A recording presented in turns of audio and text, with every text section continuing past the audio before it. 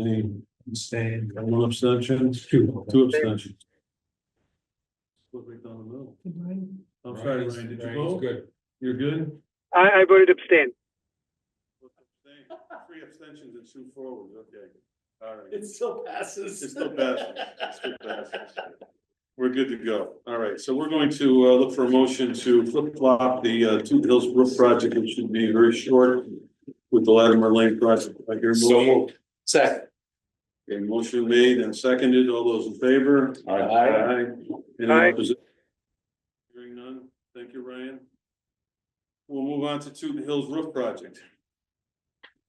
We have Andy with us, who's taken over for Al Javinski, to give us a quick summary. Hello, thank you, White House, thank you, Humes. Come forward so we can hear you better, please. So we kicked off the project and on the 14th, we did the test cuts and all the existing surveys. We got the report back from the hazmat already that there is no hazardous materials. The drawings and specs have been completed. I reviewed it with all the authorities having jurisdiction. They're good to go. So we're really just waiting on the state to approve the grant and give us the number that we can use to finalize all the rest of the documents. Okay. We were able to get the application in on that February deadline, so. Okay, we were told we were gonna get quick action. We did, and that's wonderful. We've got a couple of motions to take care of, but I think we're all set. Yep. Thank you very much. Thank you. Thank you. All right, so let's go with this, with the first motion is to approve a PO for Simsbury Homes Architects in the amount of $45,000 for the architectural and administrative services for the executed AIA contract. So second. Any discussion?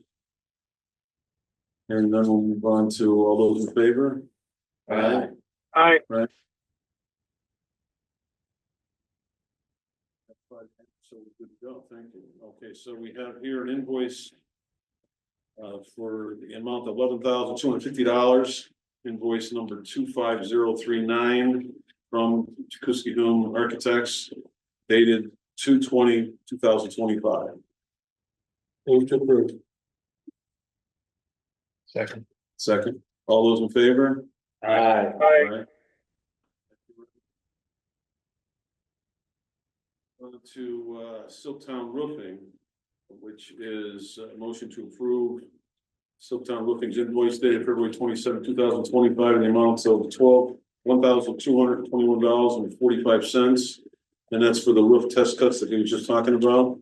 And the date on that was 2/27/2025. Move to approve. Second.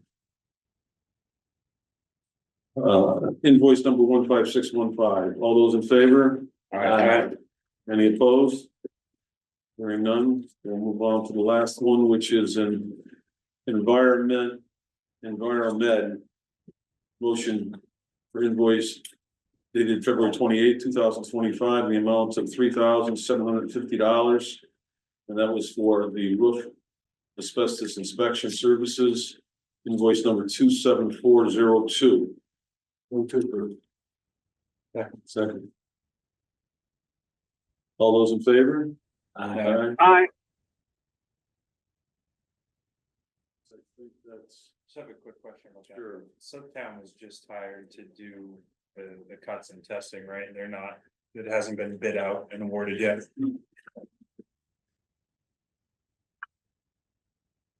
And just to back up to what you were saying, what's the timeline on the grant? We had to get the application in by their February, I think it was 10th deadline, which we did. We did. And now we're just waiting on them to approve and set up the PCR meeting. And so by our next meeting, we should know exactly what We should, I'm hoping to hear back from them. this month, okay. All right, I think that clears up Two Hills roof project. We'll move on to, or back to Latimer Lane project. Start with Arcadis's report.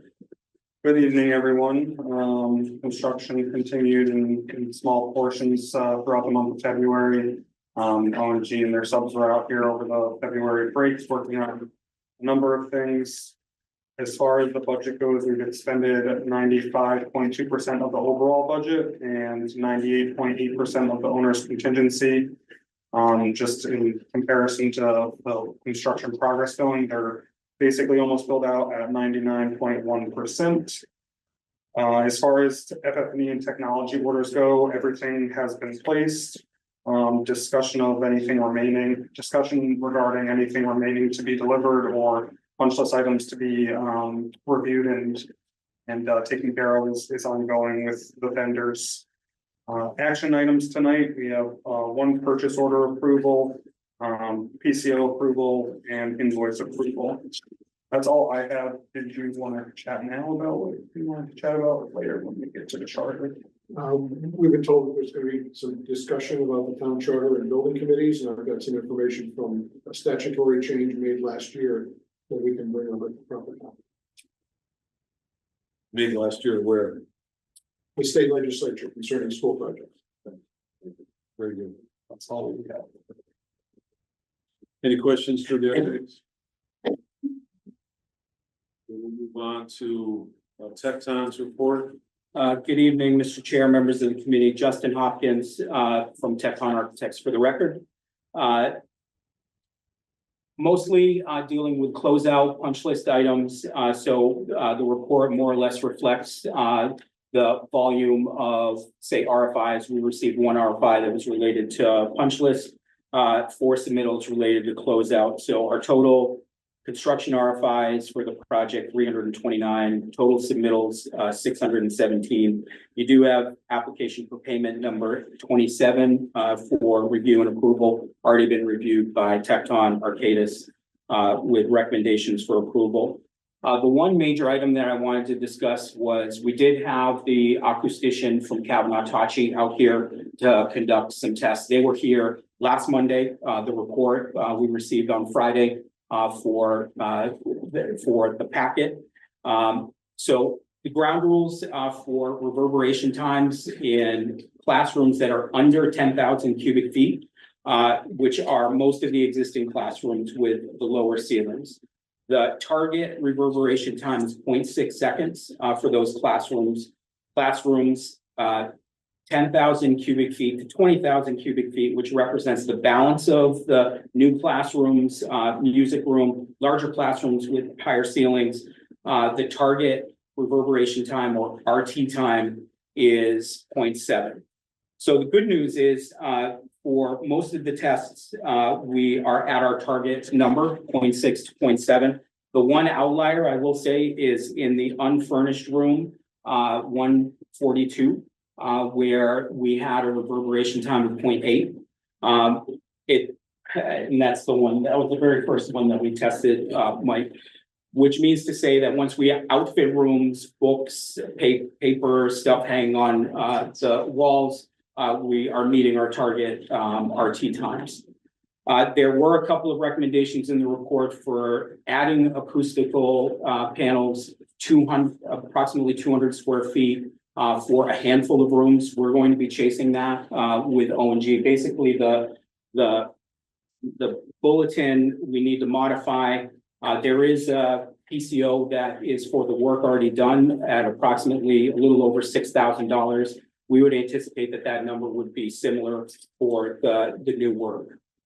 So it's not what we first floated a couple months ago of being $60,000. We think it's much narrower, and I would put the order on about what we've already encumbered for acoustical panels. So for reverberation time, that is good news. However, one thing that we did identify is the ambient background noise resulting from the airflow within the space. We're higher than what our targets are. We want to be at 35 decibels.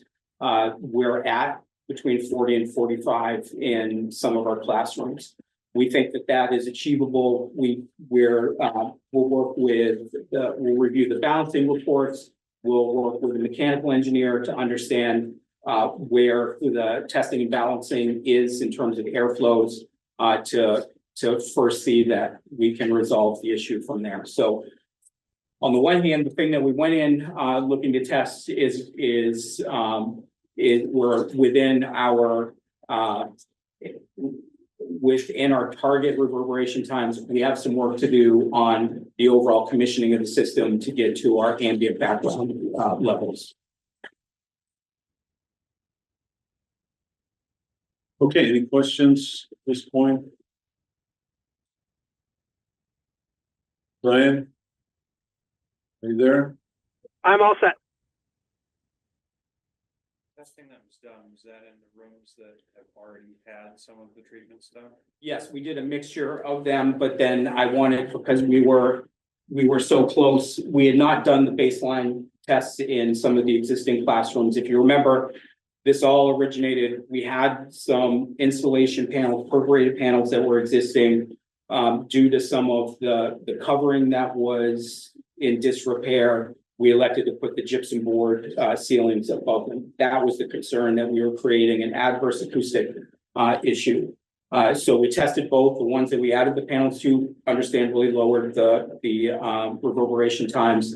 The ones where we have gypsum board ceilings were right at 0.6. I think there was only one that was 0.01 over what our target goal was. Now you're talking with the classrooms, these air noise, basically that's the problem. These are active chill beams. Yes. What does the balancing report say? I mean, we are at a specified airflow or There's it's more or less or?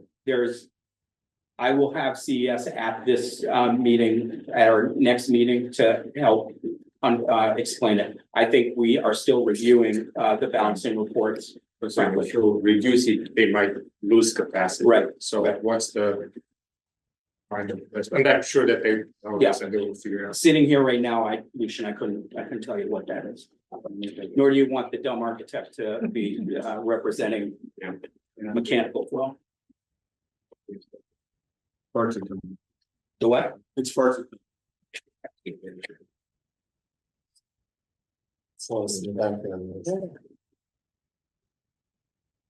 So we'll be looking forward to that analysis in a way, almost like the sound engineers, but more specifically for the airflow.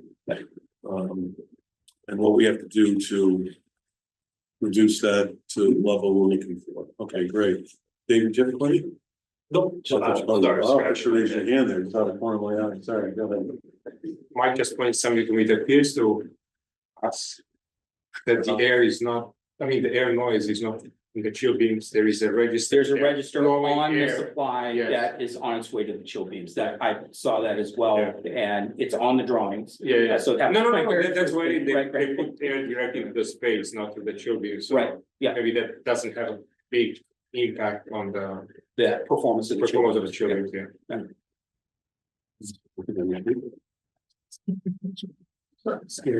I know. All right, so I think we will move on to, I think Arcadis said that we had a purchase order request, and then is this the three-way communication you're talking about? Correct, and it all, the invoices also will be, the invoices will be presented tonight as well. Right, so we're gonna do the purchase order first here. So we have a purchase order for three-way communication, which is the technology vendor. Date is 2025. February 25th. The amount of this is $2,062.50. So if you could just give us a quick snapshot of what that is all about, I'll give some background on that. I've been working with it. that'd be great. So this is in regards to the access control system fobbing into the building. District-wide, we have a centralized server that handles all the buildings, so we enter in our staff in one place and they can fob into any building. In getting this onto that system, there was some integration work between our vendor that does the district, which is three-way communications, and the contractors on this site. And it just came down to too much of one pointing to the other as whether this was wiring or programming. We just needed to get them in on a day and say, hash this out. And that's what this is. That's our vendor's contribution to making this all work. Okay, and that invoice number is 32079. So we're That's complete. We're good to go. Only working folks. We're good to go. Any questions? Move to approve. Second. All those in favor? Aye. Any opposed? Hearing none, we're moving on to potential change orders. Okay, the first one I have here is PCO 255 R3 in the amount of $0. And it's dated 2/7/25.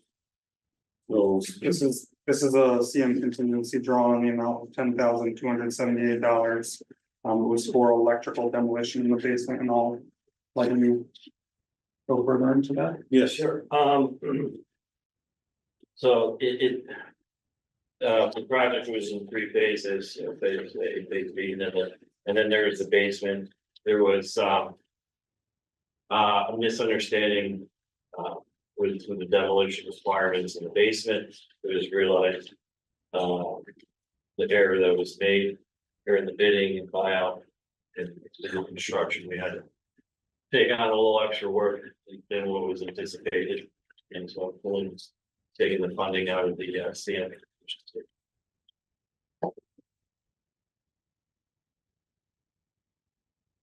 any questions?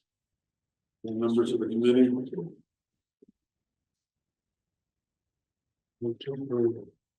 Second. All those in favor? Aye. Opposed, hearing none, we'll move on to the second change order, which is PCO 293 R1 dated 2/25/25. Yep. In the amount of $6,106. Before I go through this one, if you wanted to, we can, like we have in the past, go through each. Yeah, I looked at that and I've got some thoughts on that. When we get to the seventh change order, I think we can combine all those. I'd like to get an explanation from Dave on these as we go. Oh, yeah, I think explanation for each one, but just at the end, you can still do a blanket approval for all of them. But we can still go through each one individually, but rather than go through the motion each time. But regardless, PCO 293 R1, this is for the additional sound panels that have already been installed to get us to where we are with the test results and whatnot.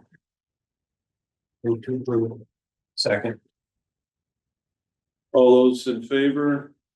Aye. Opposed, hearing none, the motion passes. So we'll go on to the third change order, which is PCO 331 dated 12/10/24. And this is the amount of $166. Looks pretty clear, but if you could just give me the bullets on this. So high level, this was an allowance for the work that would be needed during phasing as we move around the building. We broke the phases up into three extra phases. There was a little bit of an overrun. But on the good note, school got all the classrooms for the school year. And it's also important to note, you'll see another PCO that's included as part of backup for this change order. I think it's PCO 106. So that's just included as backup Okay. to the state for the change I order. had a question about that. Thank you. All right, looking for a motion. Vote to approve. Second. All those in favor? Aye. Any opposed? Hearing none, the motion passes. We go on to PCO 336 R2. In the amount of $15,211 dated 1/31/25. This is for the, This is for the column covers. We've talked about early on, we advised of a not to exceed number. I think we're slightly over, or I forget if it was 16,000 or 14,000. We asked the committee to approve previously. We did have to make some modifications due to some of the specific column sizes. But this basically provides an enclosure, a round enclosure around all of the exposed columns for the PVC's request, and the amount is $15,211. And there's one column that we decided not to do because it's half in the wall. Yeah, So it's the that's one that's part of close this to the wall. whole. Yes. Right, Yep. okay, so that we would have spent another couple Yeah. $1,000s on that or whatever, which we didn't need to do, so therefore we're down to $15,211. So I just wanna make sure. Second, all those in favor? Aye. Aye. No, none, What's the none time opposed, frame? thank you. At least after lead the time release. So tomorrow I'm gonna release it. We'll get it shot drawing.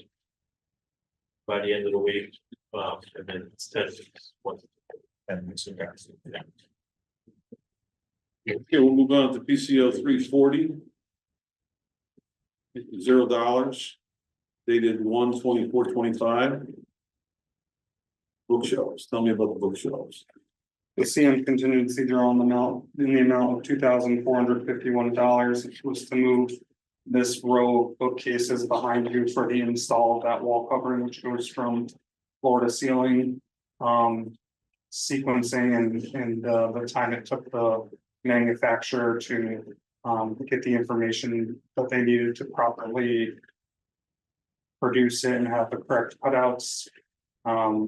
It happened after school started and all the books had to be moved, so it's coming out of the CM contingency to pay the crew that moved all the books off the shelf and put them back on.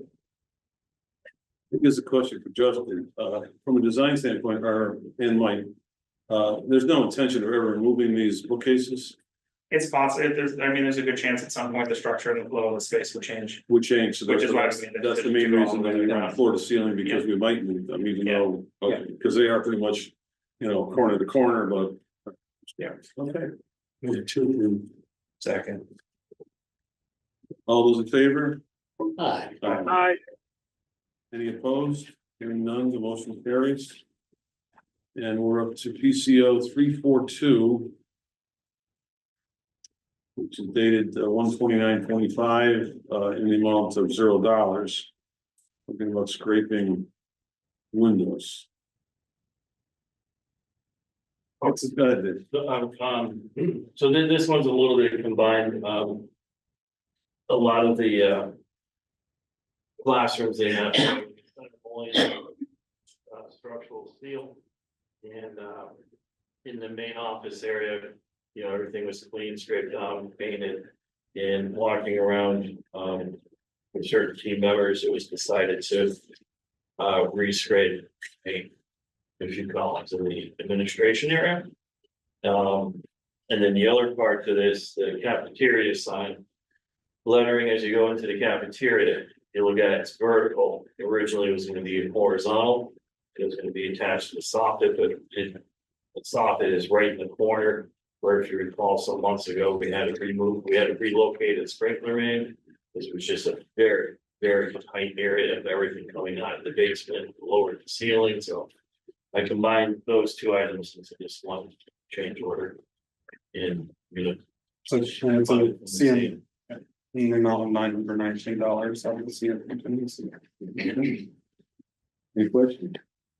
Move to approve. Second. All those in favor? Aye. Any opposed? Hearing none. Now, the next 7 change orders we can do as one motion for, because they're all reconciliations, but someone should identify what they are. Dave, you want to do that? I can go through it. All right, go ahead. All right, so starting with PCO 243. This is 343. 343, thank you. Okay, that's all right. This is in the credit amount of $2,002. The total for this change order is $4,334 and is being deducted from the Frank Higgins allowance for premium time. And this change order reconciles that allowance, returning the funds back to the CNE. Any questions about that? All right, moving on to 344, which is a credit in the amount of $6,688. The total cost of this change order was, it was in the 23s, whatever, it's 23,000. 312. Yeah, 312. And is being deducted from the action air allowance for modifications to the HVAC system. So again, just returning the funds back to the owner contingency. Any questions on that? In the amount of $6,688. Yep. Okay. No questions? Okay, move on to the next one. 345 is in the credit amount of $16,423.75. The total cost of this change order is $43,576.25 and is being deducted from an action air allowance for fuel consumption. So again, crediting back to the owner contingency, which reconciles the allowance. In the amount of $16,423.75. Correct? Correct. Any questions? Move on to the next one. 346, which is in the credit amount of $3,000. The cost of this change order was $0. The entire allowance was unused. It was for Action Air to remove the mini split units. And again, crediting $3,000 back to the owner contingency, which reconciles this allowance. Thank you. Any questions? No questions? Right, moving on to PCO 347R1. This is in the credit amount of $2,634. The total cost of this change order was $11,366 and is being deducted from the Action Air allowance for premium time. The credit back to the owner contingency again, $2,634, which reconciles the allowance. Questions? 348, I guess. All right, PCO 348 is a credit in the amount of $5,000. Again, this allowance was unused and it was originally for 50 hours of journeyman time for Action Air, crediting back $5,000 to the owner contingency, which reconciles the allowance. Any questions? Good. Good. Moving on to PCO 349, which is in the credit amount of $8,377. The cost for this change order was $4,423 and is being deducted from the custom electric allowance for premium time. Again, returning $8,377 to the owner contingency, which reconciles the allowance. Any questions? Good. Last one for now is 350. PCO 350 is in the credit amount of $556. The total cost for the change order was $18,744 and is being deducted from the end frame Higgins allowance for which was originally carried for 10,000 square feet of water vapor emission control. Again, returning $556 to the owner contingency, which reconciles this allowance. So I'm looking for, any questions on that? So I'm looking for a motion. So we to approve. We'll be approving 343 through 350. 343, but not the road, we're getting right, all the way up to 350. I move to approve PCO 343, PCO 344, PCO 345, PCO 346, PCO 347R1, PCO 348, CO 349, and PCO 350. Right. Okay, Second. second. Any questions or discussion? All those in favor? Aye. Any opposed? To PCO 351, which is dated February 13, 2025. In the amount of $2,503. So, Dave, if you could explain this to us. This PCO kind of encompasses a few different things. The biggest one in the basement, where the chimney used to stand, it was taken down. There's 4 or 5 foot elevation difference from the upper basement to the lower. I think, see the fire marshal building, there should say, let's get a railing in there. Even though we don't have, it doesn't technically meet the requirements, it's, better practice. So that's what this covers. And then there is the stairs that go down into the lower basement, there's a removable section of the railing. Either the piece was missing from the get-go or got lost. That's what came in the basement. So it addresses that. And then the north stairs out of the gym, the metal handrail section was cut out. And then we poured out the section of the step where the embedded steel was, and then filled it in and made it flush. So this was a change order and addressed certain amount of things. So it's safe to go in the basement, That's all the absolutely. way down to the lower level? Yep. I've been down there. I wouldn't It's a little advise bit of putting a- students down there, but Oh, what's that? I wouldn't advise putting students down there, but. It's not gonna be a classroom? No. All right, maybe back in the day. Maybe it's satellite administrative office. Right. Maybe you can, Detention. you're right. That's what I'm talking about, maybe for some of the teachers that aren't following perfect. But anyway, do I hear a motion? Move to approve PCO 351. Second. All those in favor? Aye. Opposed? Hearing none, thank you, Ryan. Go on to PCO 352R1 in the amount of $930.65. And it looks like a reconciliation, but we can verify that, somebody, right? Yeah, that is correct. The original allowance was $13,600 for OWI, which included 80 carpenter hours and 80 laborer hours. So the cost exceeded the allowance under $30.65, which is being drawn from the owner contingency. This is just the cost for the overage and reconciles the rest of the allowance draws. Okay. So the final number is $930.65. Correct. Any questions? So moved. Second. All those in favor? Aye. The opposed, hearing none, motion carries. Move on to PCO 353. The damaged shades. Okay, dated 2/18/25. And $0 is the final number. So David, if you could explain the damaged shades to us. They're in the main office, in the front part of the main office wing, one of the vertical shades. Don't know how, could have been shipping, could have been installation, it could have been furniture, or Just one of our guys. But somebody noticed that, there is a little tear in it, so we're having it replaced. Again, There's a tear in it, in the new, one. in the new one. We're gonna have that replaced again. But, That's fine. I just want to know if that's what you're no, not saying. replaced it, yeah. First time it's been. First time. This will be the first time. Okay, all right, okay. I just didn't know if we should be checking the other ones, if there's any other tears. Has that been done? Just to see if you said it could have been installation. Nobody, there hasn't been any other. Okay, tear. all right. Everything's been looked all around. All right, okay, great. All right, fine. I hear motion. Move to approve. Exactly. All those in favor? Aye.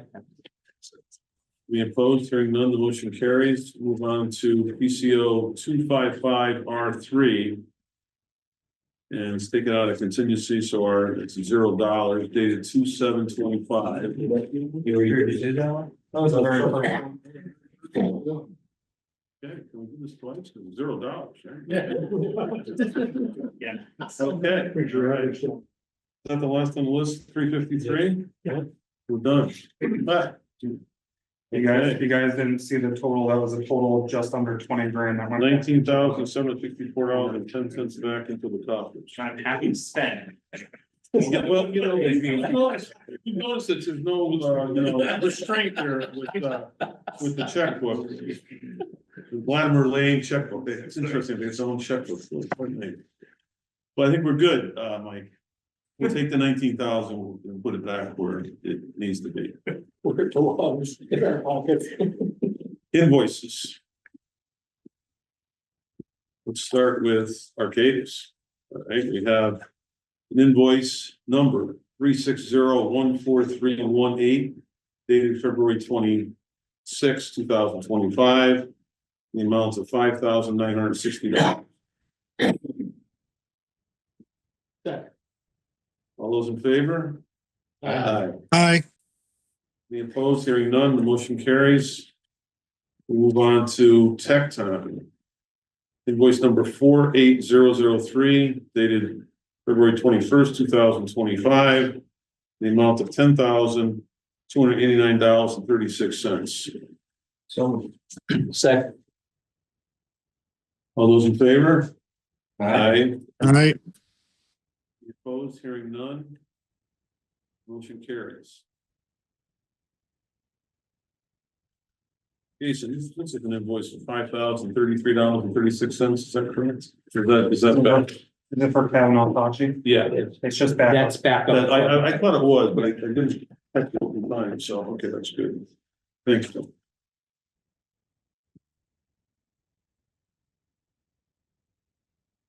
We've already done this. We've already done this. Okay, so now we're on to SES. Okay, SES, So we haven't, did you just look at the freeway one? yeah, we did that earlier. We issued the PO, we haven't approved the invoice. Oh, okay. All right, we'll do that then. Let's approve the invoice for three-way communications dated 2/25/25, invoice number 32079. The amount of $2,062.50. Second. All those in favor? Aye. Aye. Hearing no opposition, motion carries, and thank you for catching that. Now we'll do SES. Invoice number 4957, dated 2/13/2025, in the amount of $2,050. Second. All those in favor? Aye. Opposed, hearing none. We're good with SES. And this is a little invoice here. They keep giving this to us. Yeah, I know. Application number 27. Dated February 26th, 2025, in the amount of $254,492.16. And of course, that's the OMG Industries. Move to approve. Second. All those in favor? Aye. Any opposed? Hearing none, motion carries. Now, I believe that we are good to go, aside from the new business that's we could listen or hear what Arcadis has to tell us about federal divisions I can't speak much, that affects our committee. For but I can give you schools. some context on what the state believes the building committee for the school project needs to have. There were previous changes, I'd say over the last 4 or 5 years that documented that at least one member with construction industry experience would be required on a school building committee. In the 2024 session, they also added another stipulation that the chairperson of the local or regional board of education or the chairperson's designee is also supposed to be on a school building committee. So when it comes to talking about your own town charter, perhaps no change needs to be made for your typical municipal projects, but this would be something that would need to be at least a footnote to be able to accommodate the requirements under the grant program for school building membership. Okay. Couple of things that jump out to me, and I'll refer to Ryan and to David. We're not technically a school building committee. We're technically a public building committee. So we're not appointed, and many towns do this, by the project. In other words, I'm thinking of Granby as an example. Years ago, they were doing a large renovation to the school. And so they created a public building committee, which was called the School Public Building Committee, which is different because we do other buildings besides the school. So I'll refer this to our legal people and we'll move on from there. But thank you very much for bringing this to our attention. Any other contributions from our team or from our members? Mr. Chair, there are a couple of concerning issues with regard to this chapter, which again, I haven't reviewed in context. But one, it says that the appointment is coming from the Board of Selectmen as opposed to the first selectman. So I'd want to confirm that our appointments as they exist are appropriate.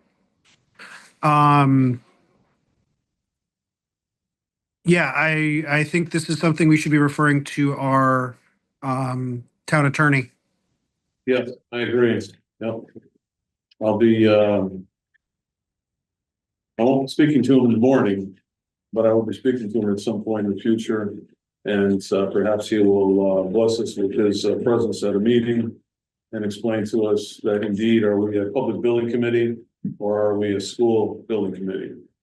And how that affects us or doesn't affect us. And we can play it safe and go with the spirit of this statute, but technically there is a difference, but we'll see what they say.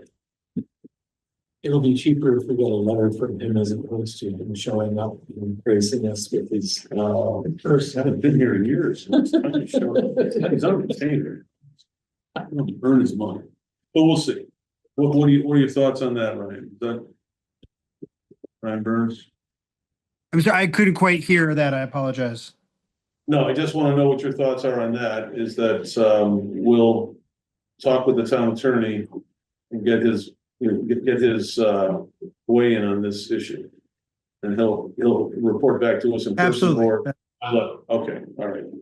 Any other concerns or questions? the only thing that I would note is that, as you have indicated a couple of times, we are dealing with buildings in town that are not schools. Town hall being one. And apple worm. as such, we would not have to have the chairperson of the school board to weigh in on that. But since we are talking about grant money and the need for approval of grant money from the state if we're non-compliant Yeah, oh yeah, I agree. with statute, we would have to make sure that there was. Yeah, at this point, I think we may want to just wait and have the discussion with the attorney as opposed to doing it in public session. I think we'll go with that. That was all I was going to be saying. Anyway. Yeah, that's okay. All right, any other comments or business to discuss? Looking for a motion to adjourn? So moved. All those in favor? Aye. Aye. Thank you very much. For over 40 years, SCM has been the voice of our town, bringing us together through local programming, education, and live broadcasts. SCM isn't just about television. It's about empowering our community, ensuring our voices are heard during government meetings, and celebrating milestones like our high school graduations. But today, SCM faces a challenge. Our funding structure is based on television subscriptions. And it's no secret, people have been cutting the cord. With a shift to internet-only subscriptions, SCM receives less revenue, even though all our programming is freely available online. We need your support. We need your support. We need your support. We need your support. We need your support. Your donation can make a difference. It will ensure that SCM remains open, continues to educate our youth, and keeps our community informed. Thanks to SCM, I've been honing my creative skills, helping me work towards my college degree. SCM is crucial for keeping our community connected. SCM isn't just here to broadcast local events. They're actually preserving Simsbury's history. Join us in preserving Simsbury's voice. Simsbury's voice. Together we can ensure that SCM continues to thrive for generations to come. Visit our website or scan the QR code on your screen to make your donation. Every contribution counts. Thank you for supporting Simsbury Community Media, where your town, your schools, and your government come together.